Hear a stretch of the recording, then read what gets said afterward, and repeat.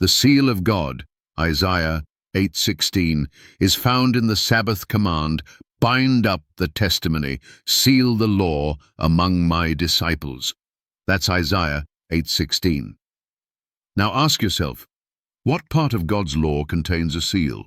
A seal, by definition, has three elements: the name, the title, and the authority of the lawgiver. A king's seal doesn't exist without these. And in the 10 Commandments, only one command contains all three. Not the first, not the second, but the fourth, the Sabbath, God's name, the Lord, his title, Creator, his authority, made heaven and earth, the sea, and all that in them is. You'll find it all in Exodus 20:8-11, the Sabbath Commandment. No other command gives God's credentials. No other command shows who the lawgiver is, why he has authority, and what jurisdiction he rules over. The fourth is the only one that holds the seal of the living God. So why do you think Satan attacked it? Why do you think Sunday worship, a day God never blessed, was exalted in its place? Because the enemy knows what most pastors ignore, that the Sabbath is not just a day. It is the mark of allegiance. It is the divine signature on God's law. And if you remove the seal, you weaken the entire covenant. Isaiah was clear: seal the law among the disciples, not erase it, not spiritualize it, seal it. And Revelation makes it clearer. In the last days the world will be marked, either by the seal of God or by the mark of the beast. One leads to eternal life, the other to eternal destruction. This is not just about days, it's about loyalty. Ezekiel 20:12 says, "Moreover also I gave them my Sabbaths to be a sign between me and them, that they might know that I am the Lord that sanctify them." Again in verse 20, "Hallow my Sabbaths, and they shall be a sign between me and you, that ye may know that I am the Lord your God." A sign, a seal, a symbol of sanctification, not circumcision, not feasts, the Sabbath. Now listen closely.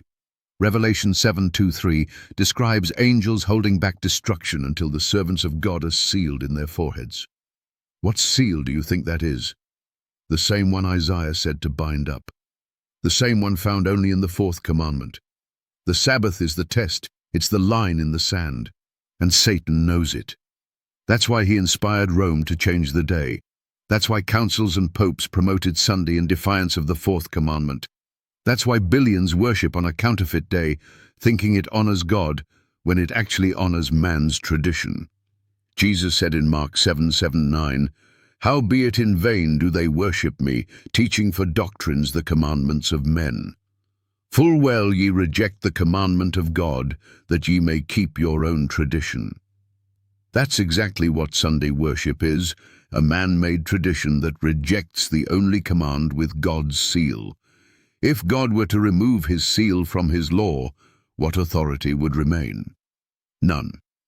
And yet today, pastors preach that the 4th commandment is irrelevant, optional, or ceremonial. But God never sealed ceremonies.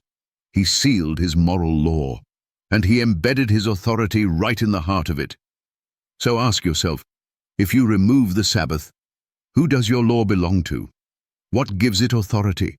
What proves that the lawgiver is the true creator of heaven and earth? Only one command answers that. Only one carries the divine seal, and only one has been under satanic attack for centuries.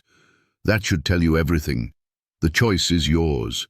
Receive the seal of the living God, the 7th-day Sabbath, or follow the tradition of man and receive the mark of the beast. Because when the dust settles, only one group will stand: those who keep the commandments of God and have the faith of Jesus. The seal is not hidden, it's in plain sight, it's in the 4th commandment, and now you know.